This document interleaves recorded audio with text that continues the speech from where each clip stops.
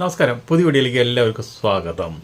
ഇത് നമ്മളൊരു ഓർമ്മപ്പെടുത്തലാണ്. എന്താ കാരണം എന്ന് വെച്ചിട്ടുണ്ടെങ്കിൽ നമ്മൾ ചാനൽ തുടങ്ങിയത് ഇലക്ട്രിക് സ്കൂട്ടർ, ഇലക്ട്രിക് കാറിനെ കുറിച്ചുള്ള കാര്യങ്ങൾ സത്യസന്ധമായിട്ട് നമ്മൾ പ്രേക്ഷകരെ അറിയിച്ചുകൊണ്ടാണ് നമ്മൾ വീഡിയോ തുടങ്ങിയത്. പക്ഷേ കുറേ കാലം കഴിഞ്ഞപ്പോൾ നമ്മൾ വഴി മാറി. ഇലക്ട്രിക് സ്കൂട്ടർ അങ്ങോട്ട് കയറിപ്പോയി. ഞാൻ പിന്നെ അതിൻ്റെ പിന്നാലെ പോയുമില്ല. ഇലക്ട്രിക് സ്കൂട്ടർ അന്ന് വളരെ കുറച്ച് ആൾക്കാർ എടുക്കാറുണ്ടായിരുന്നുള്ളൂ. അപ്പോൾ പിന്നെ നമ്മൾ അത് പറഞ്ഞിട്ട് നമ്മൾക്ക് നമ്മുടെ ചാനലിൽ ഒരു പുരോഗതി ഇല്ലാണ്ടായപ്പോഴാണ് നമ്മൾ ആ പരിപാടി നിർത്തി സിനിമയിലേക്ക് നടന്നത്. അപ്പോൾ ഇപ്പോൾ നമുക്ക് ഇലക്ട്രിക് സ്കൂട്ടറിൻ്റെ ഒരു വീഡിയോ അത്യാവശ്യമായിട്ട് ചെയ്യേണ്ട ഒരു ഗതികേട് വന്നിരിക്കുന്നത്. അപ്പോൾ അതുകൊണ്ടാണ് ഞാനിപ്പോൾ ഈ വീഡിയോ ചെയ്യുന്നത്. കാരണം എന്താണെന്ന് വെച്ചിട്ടുണ്ടെങ്കിൽ ഇപ്പോൾ ഒരുപാട് ആൾക്കാർ ഇലക്ട്രിക് സ്കൂട്ടർ എടുക്കുന്നുണ്ട്, ഇലക്ട്രിക് കാർ എടുക്കുന്നുണ്ട്. എല്ലാം ഇലക്ട്രിക് മയമായിട്ടായിരിക്കുന്നത്. ഇപ്പോൾ നമ്മൾ പറയുമ്പോൾ പറയും ചൈനയിൽ കംപ്ലീറ്റ് ഇലക്ട്രിക്കാണ്, മറ്റുള്ളിടത്ത് കംപ്ലീറ്റ് ഇലക്ട്രിക്കാണ് എന്നൊക്കെ പറയും. പക്ഷെ അത് ഇവിടെ കേരളത്തിലോ ഇന്ത്യയിലോ നടപ്പാക്കാൻ പറ്റില്ല. അതിനുള്ള ഉദാഹരണമാണ് നമ്മൾ ഈ പറയണത്. കാരണം എന്ന് വെച്ചിട്ടുണ്ടെങ്കിൽ ഇലക്ട്രിക് കാർ എടുത്തവർ മുഴുവൻ പെട്ടിരിക്കുക. എന്ന് വെച്ചിട്ടുണ്ടെങ്കിൽ സെക്കൻഡ് വാല്യൂ വിൽക്കാന്ന് വെച്ചിട്ടുണ്ടെങ്കിൽ സെക്കൻഡ് ഹാൻഡ് വിൽക്കാനായിട്ട് അതിന് ആരും വാങ്ങിക്കാനില്ല. കാർ ആർക്കും വേണ്ട. അപ്പോൾ ഒരു കാറ് മേടിച്ചാൽ നമ്മളത് സെക്കൻഡ് ഹാൻഡ് ആകുമ്പോൾ വിറ്റാൽ ഒരു നല്ലൊരു പൈസ കിട്ടും. ഇതിപ്പോൾ സെക്കൻഡ് ഹാൻഡ് ആർക്കും വേണ്ട. ഒരു ബാറ്ററി മാത്രമേ ഉള്ളൂ, വേറെ അതിൽ ഇഞ്ചിനില്ല, കുഞ്ചിനില്ല, ഒരു മണ്ണാങ്കട്ടിയും ഇല്ല. അപ്പോൾ അതുകൊണ്ട് ആർക്കും വേണ്ട, ഓടിച്ചു കൊണ്ട് പോകും. അപ്പോൾ ആൾക്കാർ ഒരു 4 കൊല്ലം 3 കൊല്ലം 2 കൊല്ലമൊക്കെ ഓടിച്ചുമ്പോഴേക്കും ബാറ്ററി കംപ്ലീറ്റ് പോയി. ഒരു കാറ് മേടിക്കുന്ന കാശ് വേണം ബാറ്ററി മേടിച്ചേക്കാനായിട്ട്. നമ്മുടെ നാട്ടിലാച്ചാൽ ബാറ്ററി ഉണ്ടാക്കുന്നുമില്ല. ഈ ലിഥിയം ബാറ്ററി എന്ന് പറഞ്ഞു കഴിഞ്ഞാൽ വലിയ രാജ്യത്തു നിന്ന് ഉണ്ടാക്കി കൊണ്ടുവരണം. അതിൻ്റെ ടാക്സും തേങ്ങയും മാങ്ങിയൊക്കെ ഭയങ്കര ടാക്സാണ്. അതൊക്കെ കൊടുത്തു വരികയെന്ന് വെച്ചിട്ടുണ്ടെങ്കിൽ ഒരു ഇലക്ട്രിക് സ്കൂട്ടറോ ഇലക്ട്രിക് കാറോ ഉപയോഗിക്കാൻ ഇന്ന് നമ്മുടെ കേരളത്തിലോ ഇന്ത്യയിലോ നടപ്പാവുന്ന കാര്യമല്ല. അതിനിപ്പോൾ ഏറ്റവും വലിയ തെളിവാണ് നമ്മുടെ റിപ്പോർട്ടർ ചാനലിലെ റിപ്പോർട്ടർ ചാനൽ എന്ന് പറഞ്ഞാൽ ഇപ്പം തുടങ്ങിയിട്ട് അതൊരു അധികം നാളായില്ല. പക്ഷേ ജനങ്ങൾക്ക് എന്തൊക്കെ ആവശ്യമുണ്ടോ, എന്തൊക്കെ അറിയണോ അത് അവർ പറഞ്ഞിരിക്കും. അവരത്രയും ആക്റ്റീവാണ്. അതിൻ്റെ ഉള്ളിലുള്ള അരുണായാലും ഇപ്പോൾ പല ആൾക്കാരും ഭയങ്കര റിപ്പോർട്ടർമാരാണ്. അതവർക്ക് കാശ് ലാഭമല്ല നോക്കണത്, ജനങ്ങൾക്ക് ഉപകാരപ്രദമായുള്ള വാർത്തകൾ എന്ത് തന്നെയായാലും അവർ കൊടുത്തുകൊണ്ടിരിക്കും. ഇപ്പോൾ അതിൽ റിപ്പോർട്ടർ ചാനലിൽ ഞാനിപ്പോൾ ഇന്നലെ നമ്മൾ പറഞ്ഞ ആരും വിശ്വസിക്കില്ല. റിപ്പോർട്ടർ ചാനലിൽ അരുൺ ഇന്നലെ ഒരു വീഡിയോ അവരൊരു കണ്ടു. അപ്പോൾ ആ സ്റ്റേറ്റ്മെൻറ്റിൽ എന്താണെന്ന് വെച്ചിട്ടുണ്ടെങ്കിൽ ഇലക്ട്രിക് സ്കൂട്ടറിനെ കൂട്ടി ഞാൻ പണ്ടേ എതിരഭിപ്രായമുള്ള ഒരാളാണ് ഞാൻ. 1 ലക്ഷം 2 ലക്ഷമൊക്കെ വിലയുള്ള സ്കൂട്ടറാണ്. ആ സ്കൂട്ടർ മേടിച്ച നിരപരാധികളുടെ ഇപ്പോഴത്തെ അവസ്ഥ നിങ്ങളൊന്ന് കേട്ടു നോക്കണം. അതിലിപ്പം നമുക്ക് റിപ്പോർട്ടർ ചാനലിൽ നമുക്ക് എന്തായാലും അഭിനന്ദിക്കാതിരിക്കാൻ പറ്റില്ല. എന്ന് വെച്ചിട്ടുണ്ടെങ്കിൽ ഞാൻ കാണുന്നത് റിപ്പോർട്ടറാണ്. അപ്പോൾ അതുകൊണ്ട് എല്ലാ വാർത്തകളും അവിടെ ഉണ്ട്. നമ്മൾ വെറുതെ മറ്റു ചാനലിലേക്കും ചാനലിലേക്കും ഒന്നും ചാടിപ്പോകേണ്ട കാര്യമൊന്നുമില്ല. ഏഷ്യാനെറ്റ് ആയിരുന്നു നമ്പർ 1. ഇപ്പോൾ അവനെ തകിട് പൊടിയാക്കിയിട്ട് വർഷങ്ങളായിട്ട് ഏഷ്യാനെറ്റ് നമ്പർ 1 നിൽക്കുന്നതാണ് ന്യൂസ് ചാനൽ. പക്ഷേ അതിനെയൊക്കെ തകിടം മറിച്ചുകൊണ്ട് റിപ്പോർട്ടർ ചാനൽ അടിച്ച് കയറിയിരിക്കുക. എന്താ കാരണം? അവരെ ആത്മാർത്ഥത, ജനങ്ങളോടുള്ള ഡെഡിക്കേഷൻ, എന്ത് വാർത്തയും ആദ്യം എത്തിക്കാനുള്ള അവരാ സ്റ്റൈല്, അവരാ അവതരണ ശൈലി, അതൊക്കെ കാണുമ്പോൾ നമുക്ക് വളരെ വളരെ അഭിമാനം തോന്നുന്ന ഒരു കാര്യമാണ് റിപ്പോർട്ടർ ചാനൽ. അപ്പോൾ അതുകൊണ്ട് ഇന്ന് റിപ്പോർട്ടർ ചാനലിലായിരിക്കട്ടെ നമ്മുടെ ഒരു ബിഗ് സല്യൂട്ട്. അപ്പോൾ എനിക്ക് പറയാനുള്ളത് ഞാൻ പറയുന്നതിനേക്കാളും നല്ലത് അരുൺ പറഞ്ഞു കഴിഞ്ഞാൽ നിങ്ങൾക്ക് വിശ്വാസമാവില്ല. ഞാൻ ഇലക്ട്രിക് സ്കൂട്ടറിൻ്റെ ഭയങ്കര വിരോധിയാണ്. ഇലക്ട്രിക് സ്കൂട്ടർ എന്ന് പറഞ്ഞു കഴിഞ്ഞാൽ നമ്മുടെ നാട്ടിലത് എല്ലായിടത്തും നടപ്പാക്കണമെങ്കിൽ ഒരുപാട് കാര്യങ്ങൾ കേന്ദ്ര ഗവൺമെൻറ്റും കേരള ഗവൺമെൻറ്റും ചെയ്യേണ്ടതുണ്ട്. ഇതൊന്നും ചെയ്യാണ്ട് എല്ലാം ഇലക്ട്രിക് ആക്കുക എന്ന് പറഞ്ഞ് എത്ര പാവങ്ങളെ കഷ്ടത്തിലായെന്നറിയാം. അത് നിങ്ങളൊന്ന് കണ്ടു നോക്ക്. അത് കഴിഞ്ഞിട്ട് നമുക്ക് ബാക്കി കാര്യങ്ങൾ സംസാരിക്കാം. ശരി, നമുക്ക് റിപ്പോർട്ടർ ചാനലിലേക്ക് പോവാം. നമ്മുടെ അരുൺ എന്താ പറയണമെന്ന് നമുക്കൊന്ന് ശ്രദ്ധിക്കാം. അതിന്റെ ഉടമയാണോ?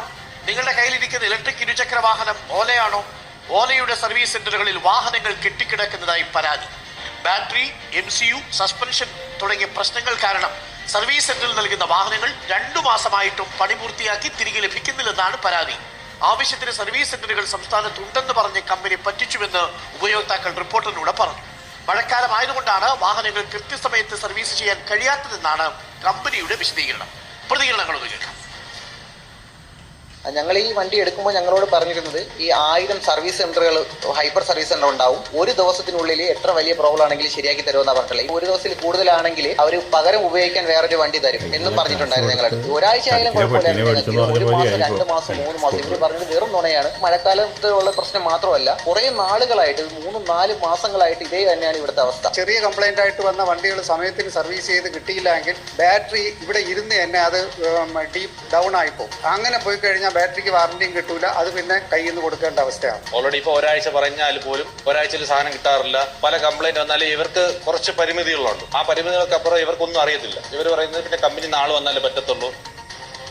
ബാറ്ററി അഴിച്ച് അതിന്റെ പ്രൂഫും കാര്യങ്ങളും കറക്റ്റ് എടുത്ത് കമ്പനിക്ക് അയച്ചു കൊടുക്കണം. എന്നിട്ട് കമ്പനിയിൽ നിന്ന് ഇത് റിപ്പയറബിൾ ആണ് എന്ന് പറഞ്ഞു കഴിഞ്ഞാൽ ഇവിടുന്ന് ബാറ്ററി കയറ്റി അയക്കും. എന്നിട്ട് പിന്നെ അവരവിടെ പോയിട്ട് അവർ ഓക്കെ റിപ്പയർ ചെയ്യാം എന്നുണ്ടെങ്കിൽ റിപ്പയർ തിരിച്ചു തരും. അപ്പൊ അതിന്റെ ഒരു കുറച്ച് ഡിലേ മാത്രമേ ഉള്ളൂ. പിന്നെ നമുക്കിപ്പോൾ ഓൾറെഡി വണ്ടി കൂടുതലാണ്, മഴക്കാലാണ്.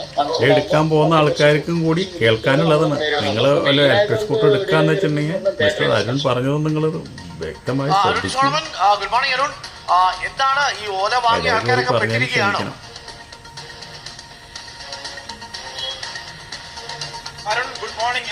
തീർച്ചയായിട്ടും ഓല ഇലക്ട്രിക് വാഹനങ്ങൾ വാങ്ങിയവരെല്ലാം പെട്ടിരിക്കുന്ന വലിയ പ്രതിസന്ധിയിലൂടെയാണ് കടന്നു പോകുന്നത്. കാരണം ഇപ്പോൾ വാങ്ങി ദിവസങ്ങൾ പിന്നിട്ടില്ല. പല വാഹനങ്ങൾക്കും ഈ പ്രധാനമായിട്ടും അതിന്റെ കംപ്ലൈന്റ് വന്നിരിക്കുന്നത് ബാറ്ററിക്കാണ്. ബാറ്ററി, അതുപോലെ തന്നെ MSU, അതുപോലെ ഈ സസ്പെൻഷൻ എന്ന് പറയുന്നത് ഇത് തകരാറിലാകുമ്പോൾ പലപ്പോഴും ഈ തലസ്ഥാന നഗരത്തെ സർവീസ് സെന്ററുകൾ ഒന്നടങ്കം ഇപ്പോൾ പൂട്ടിപ്പോകുന്ന ഒരു സ്ഥിതി കൂടിയുണ്ട്. ഇത് പലരും ഉപയോക്താക്കൾ പോലും അറിയാത്ത ഒരു സ്ഥിതിവിശേഷമാണ് നിലവിലുള്ളത്. നിലവിൽ തലസ്ഥാനത്ത് കാര്യവട്ടം, അതുപോലെ തന്നെ മുട്ടത്തറ യൂണിറ്റുകളൊക്കെയും പൂട്ടിപ്പോയ അവസ്ഥയിൽ ഇപ്പോൾ ഉള്ളൂര് എന്ന് പറയുന്ന പ്രധാനപ്പെട്ട തലസ്ഥാനത്ത് ആകെയുള്ള ഒരു സ്ഥലം ഉള്ളൂരും കരമനയുമാണ്. ഈ സർവീസ് സെന്ററുകളിൽ പോയി നോക്കിയപ്പോൾ കണ്ടത് പല വാഹനങ്ങളും 1-2 മാസമായിട്ടും സർവീസ് ചെയ്ത് തിരികെ കൊടുക്കാൻ കഴിയാത്ത ഒരു സാഹചര്യമാണ് നിലവിലുള്ളത്. ഇതിൽ ആദ്യഘട്ടത്തിൽ ഇവർ പറഞ്ഞത് 1000 സർവീസ് സെന്ററുകൾ സംസ്ഥാനത്ത് ഉണ്ട് എന്നുള്ള ഒരു മോഹവാഗ്ദാനം നൽകിയാണ് പലരും ഈ വാഹനം എടുത്തത്. പക്ഷേ വാഹനം ഇപ്പോൾ തകരാറിലായി. പല സർവീസ് സെന്ററുകളിൽ കൊടുത്താൽ പോലും തിരികെ കിട്ടാൻ കഴിയാത്ത ഒരു സാഹചര്യം. മറ്റൊന്ന്, ഈ വാഹനങ്ങൾ സർവീസ് സെന്ററുകളിൽ ഇരുന്ന് മാസങ്ങൾ പിന്നിടുമ്പോൾ ഇതിന്റെ ബാറ്ററികൾ